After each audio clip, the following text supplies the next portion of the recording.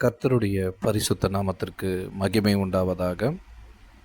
இந்த நாளிலும் இந்த வார்த்தையை கேட்டுக்கொண்டிருக்கிற உங்கள் அனைவருக்கும் இயேசு கிறிஸ்துவின் இனிதான நாமத்தில் வாழ்த்துக்களை தெரிவித்துக் கொள்கிறேன். இயேசு கிறிஸ்து இந்த பூமியில் வாழும் பொழுது அவர் லாசரு என்பவரை மரணத்தில் இருந்து அவர் மரித்து 4 நாள் ஆகிவிட்டது. அப்பொழுது தன்னுடைய 2 சகோதரிகளும் இயேசு அவர் மரிக்க முன்பாகவே வந்துவிட மாட்டாரான்னு கூட எதிர்பார்த்து கொண்டிருந்தார்கள். ஆனால் இயேசு அதன் பின்பாக வந்தார். அப்பொழுது அவர்களுடைய சகோதரிகள், லாசருடைய சகோதரிகள் இயேசுவின் இடத்தில் வந்தார்கள். நீர் இங்கே இருந்தீர்களானா என் சகோதரன் மரித்திருக்க மாட்டானே என்று சொல்லும் பொழுது இயேசு அதற்கு சொன்னார், உன் சகோதரன் உயிர்ப்பிக்கப்படுவான்.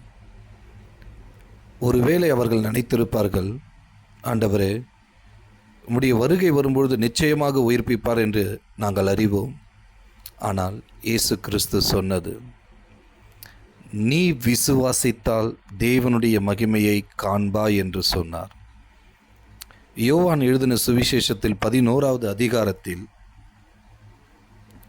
எழுதப்பட்டிருக்கிறது, நீ விசுவாசித்தால் தேவனுடைய மகிமையை காண்பாய் என்று 40வது வசனத்தில், யோவான் 11வது அதிகாரம் 40வது வசனத்தில் எழுதப்பட்டிருக்கிறது.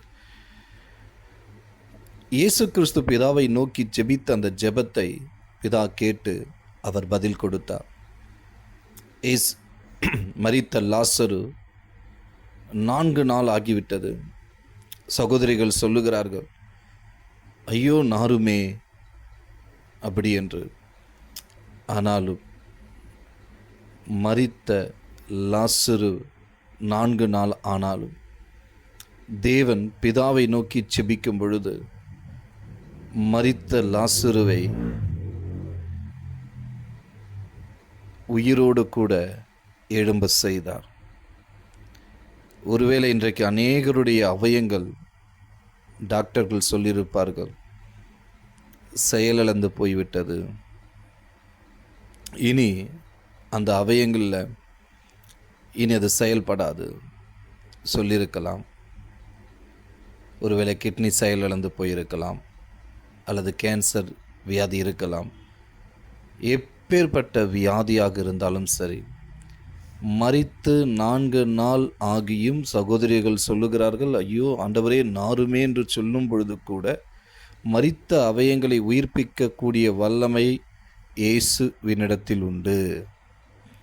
அவர் உயிர்ப்பிக்க செய்த லாசருவை போல உங்களுடைய அவயங்கள் எந்த அளவுக்கு பாதிக்கப்பட்டிருந்தாலும் இந்த நாளில் அவரை நீங்கள் விசுவாசிக்கும் பொழுது தேவனுடைய மகிமை இந்த நாளிலே காண்பீர்கள். கர்த்தருடைய பரிசுத்த நாமத்திற்கு மகிமை உண்டாவதாக.